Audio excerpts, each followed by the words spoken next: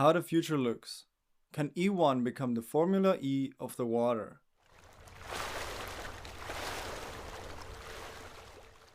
Every new sport begins with a promise, but eventually every promise has to face a harder test. Can this become a world?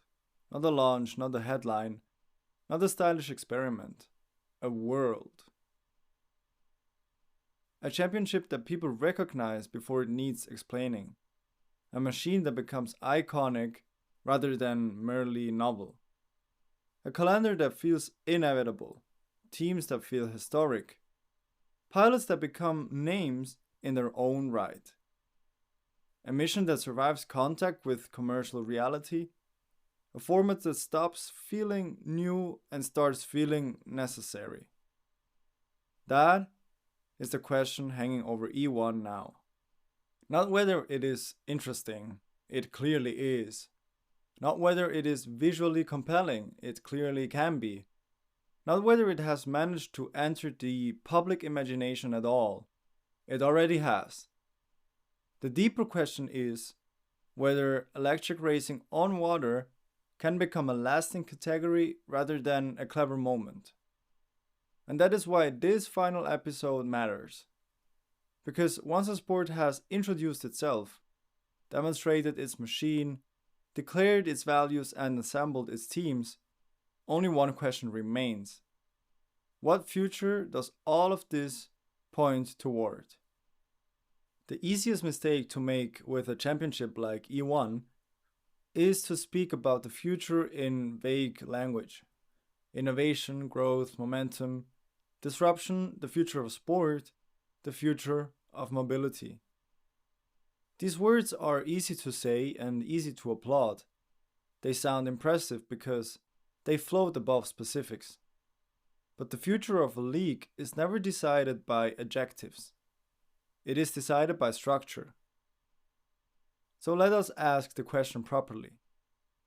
What would success actually look like for E1? Not symbolic success, real success. Because a sport does not become durable simply because it is elegant. It becomes durable when multiple systems begin reinforcing one another at the same time. The technology must work. The racing must stay watchable. The teams must remain invested. The calendar must expand without losing coherence.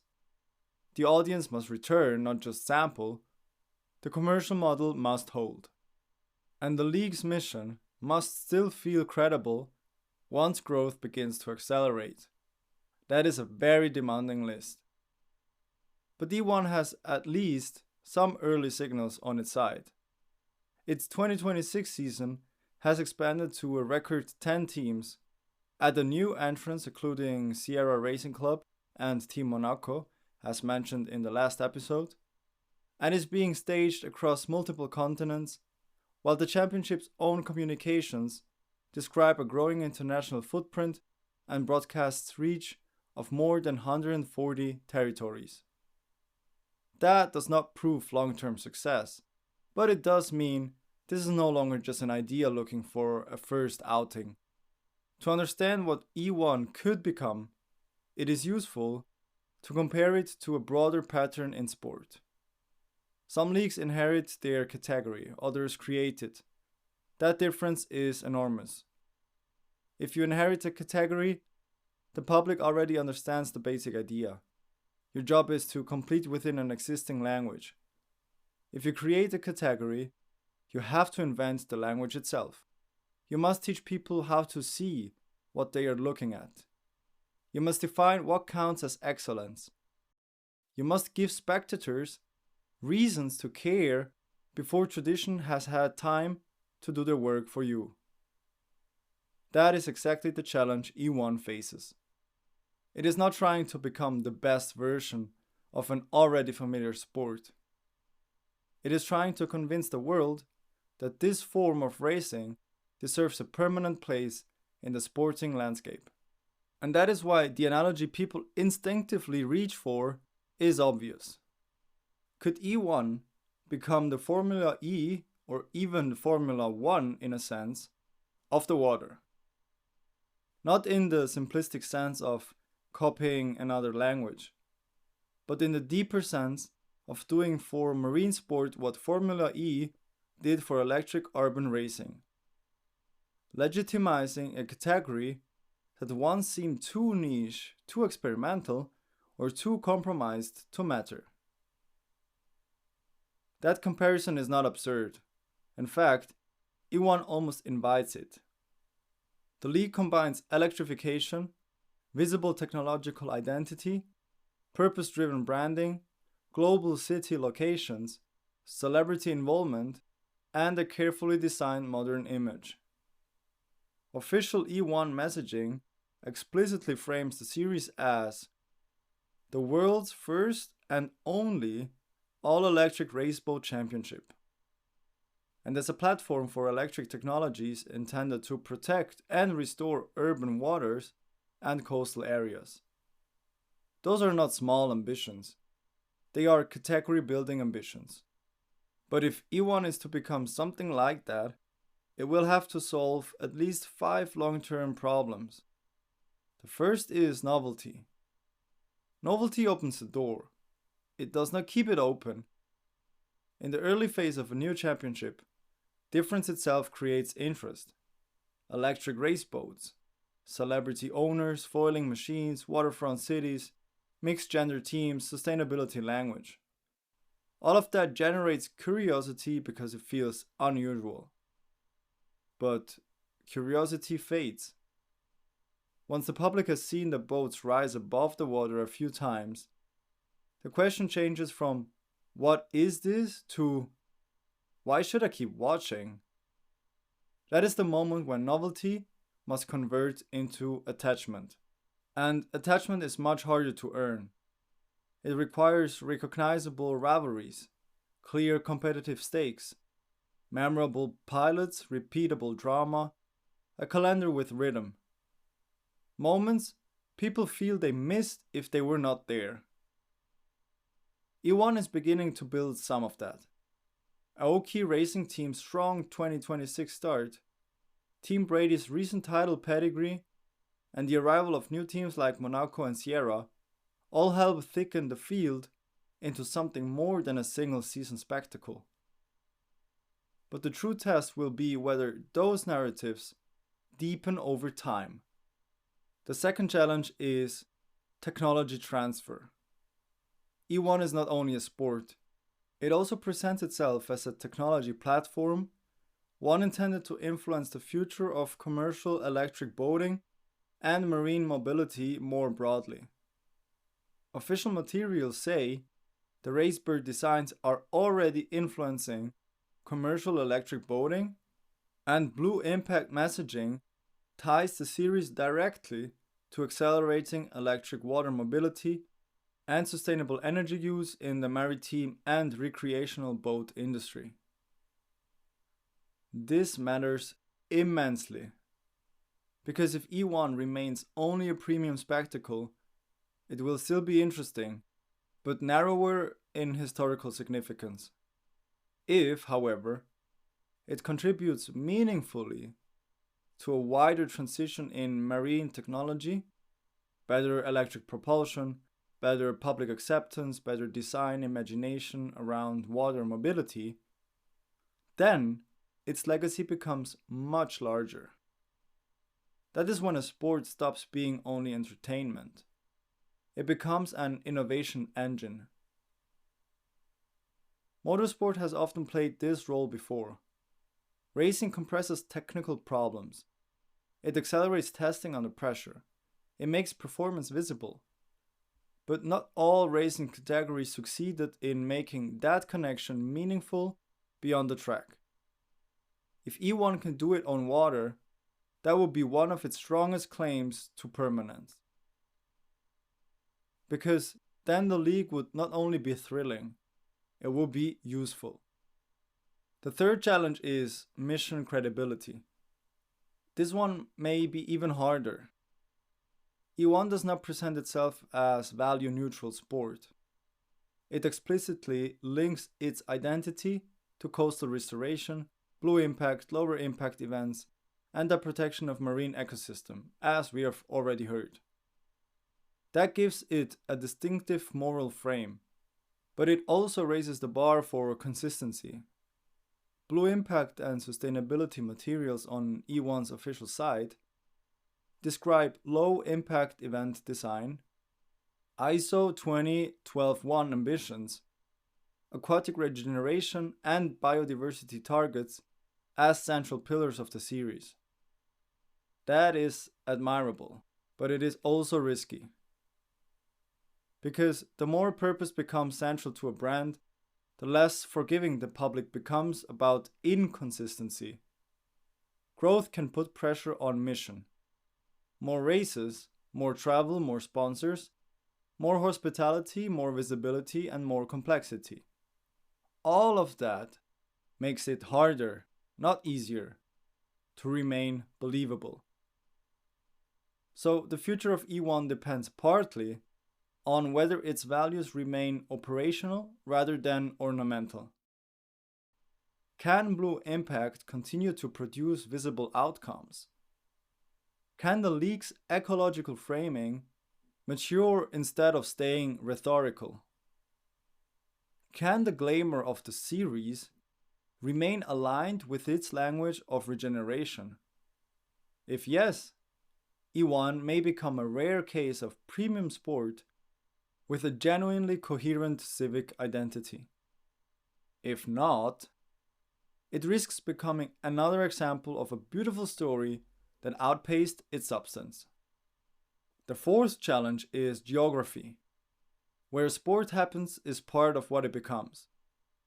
E1 has made a deliberate choice here. It races in iconic waterfront settings, linking the championship to cities, coastlines, and recognizable high-visibility locations. The 2026 calendar includes places such as Jeddah, Doha, and Lake Como, with the championship presenting itself as a truly global property moving across multiple continents. This is a strength, but also a puzzle, because glamorous geography can attract attention, yet too much dependence on spectacle locations can make a league feel itinerant rather than rooted.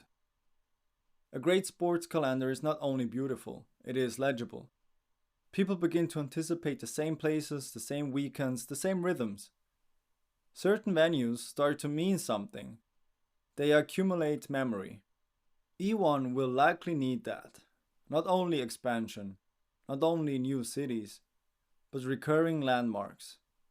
A place where titles are won, a harbor known for chaos, a course that rewards precision, a venue fans wait for all year. Those are the emotional anchors from which sports history is made. And right now, E1 is still early enough that those anchors are forming in real time. The fifth and perhaps most subtle challenge is cultural staying power.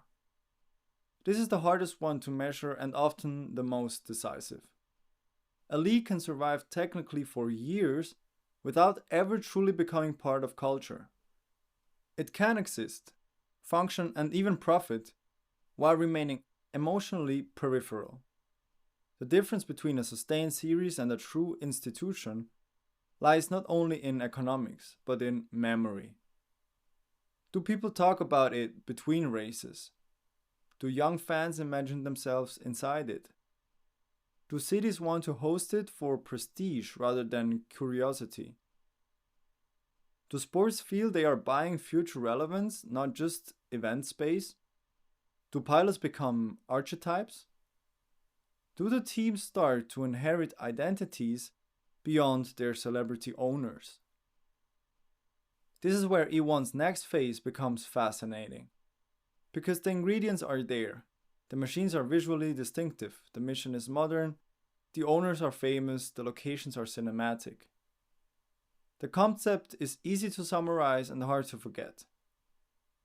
That is already more than many young sports ever achieve. The question is whether this can deepen into ritual.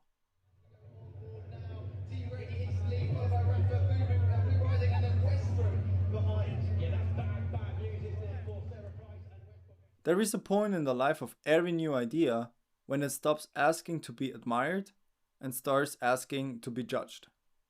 E1 is approaching that threshold. It is no longer enough to say the concept is elegant. Now it must prove endurance. Can it keep improving the boat? Can it expand without losing identity?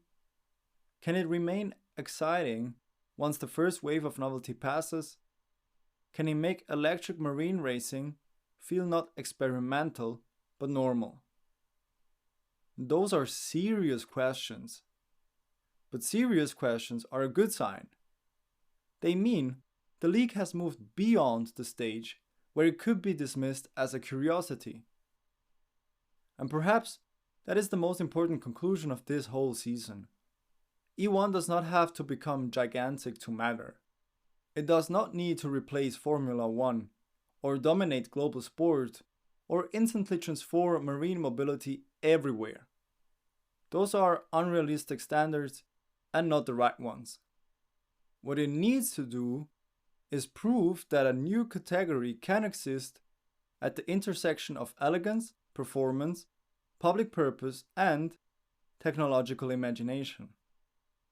If it does that consistently enough, year after year, then it will already have achieved something rare.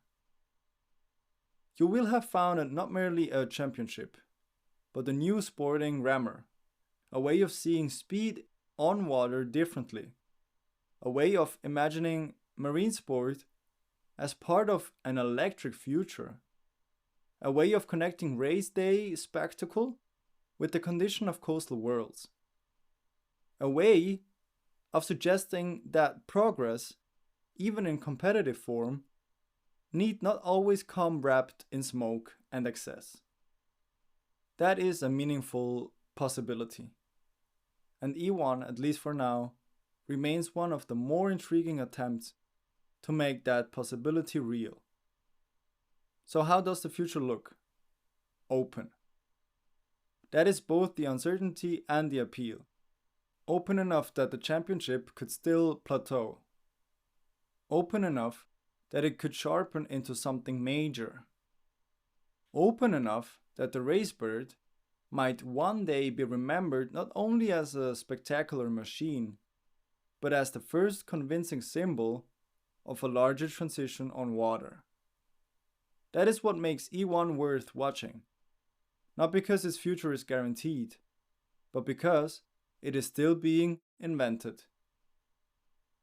And invention is always most interesting before the outcome has hardened.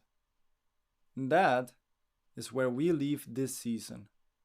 At the edge between experiment and institution.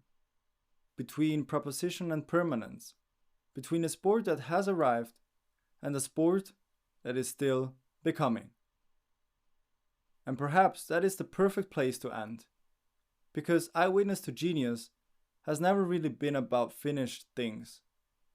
It has been about the minds, systems, technologies, and ambitions that try to reshape the world before the world has fully decided what to do with them.